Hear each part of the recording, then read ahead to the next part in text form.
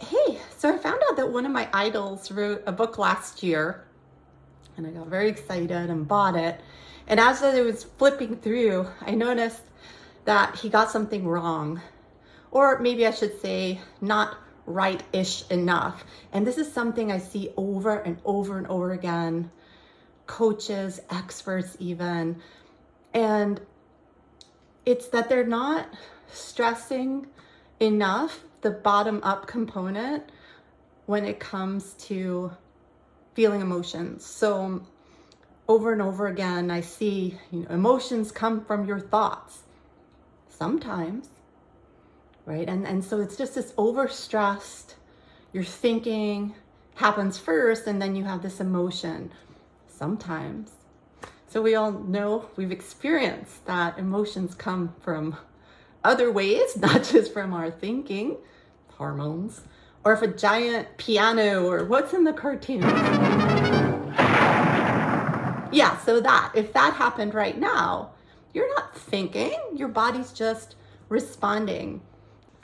Sometimes people are teaching that these emotions are just these byproducts of thought and that they're nothing else. But emotions are there like to make us move. Every emotion comes with a tendency towards motion. So let's get the F out of here, right? Or let's go, oh my gosh, she just came over. Bella just came in the background, right? Let's go grab that dog. I'm so happy, right? So perfect example. I'm not even lying. Where are you? Right? So she came running in and my heart was like, grab her. And there was no real thought there. Neuroception, again, is going on behind the scenes. It's our nervous system helping us out, deeming things as safe or not, and then throwing us into a spot on this ladder. So this is from one of my idols, Deb Dana, and DEBDANA. And so you can actually buy this and you can draw on it. It's so cool. So if you are thrown into this state of social engagement or safety, that's pretty awesome. That means that you're showing up, you're able to learn things, connect with others, be curious. There's a little cute phrase, broaden and build, that I think Dr. Barbara Fredrickson might have coined. So we've heard of fight or flight, right? And that would be here where we're mobilizing for action. And up here, well, now we could broaden and build relationships, broaden our horizon, wonder what's beyond that mountain over there. What could I build? What could I create?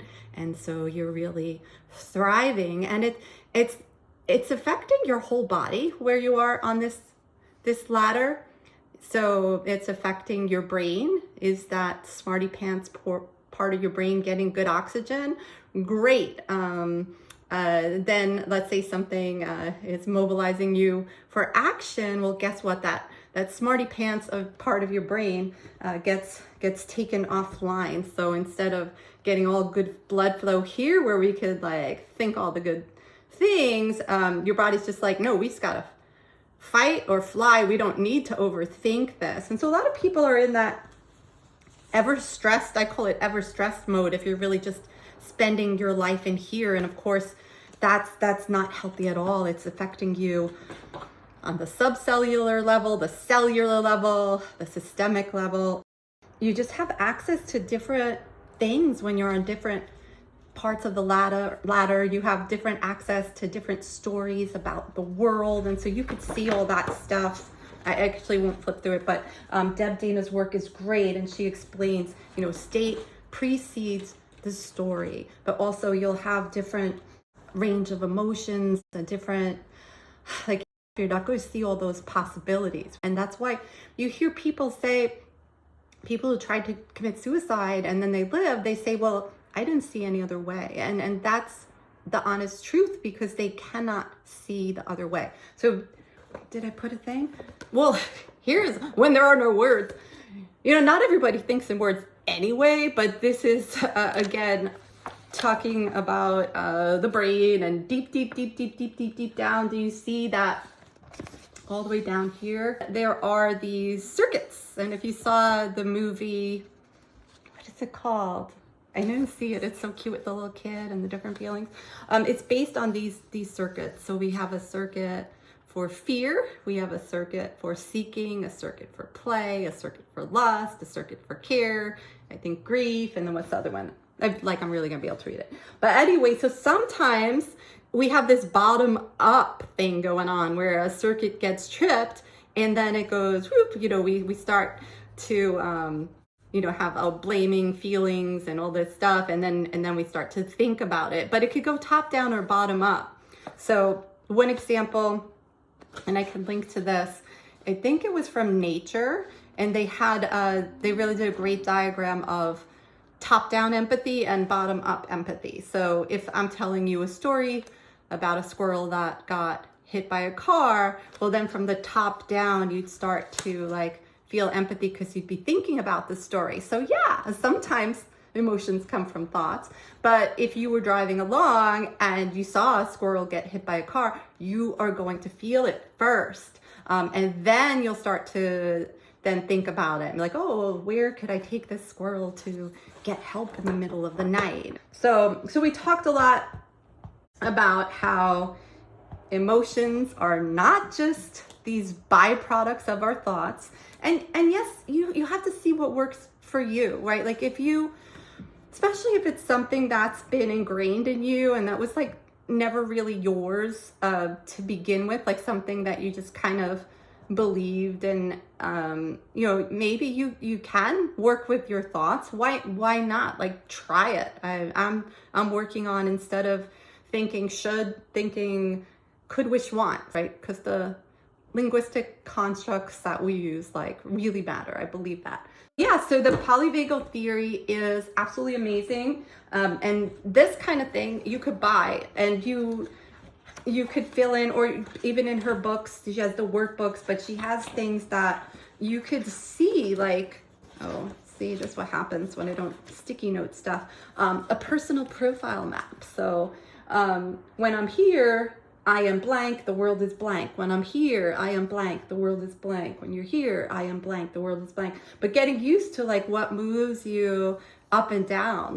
It's funny, one of the tricks to get up the ladder is gargling. Another one could be singing. And why that might sound funny is because that is kind of funny. But why it works is because this beautiful vagus nerve is this wandering nerve that goes all over your body, and it goes into your voice box. And when we're in different states, the way our eyes work change. So if I'm up here, I have a wide field of focus. My ears are attuned to the human voice. This is probably why I talk, oh, Bella, there you are, right?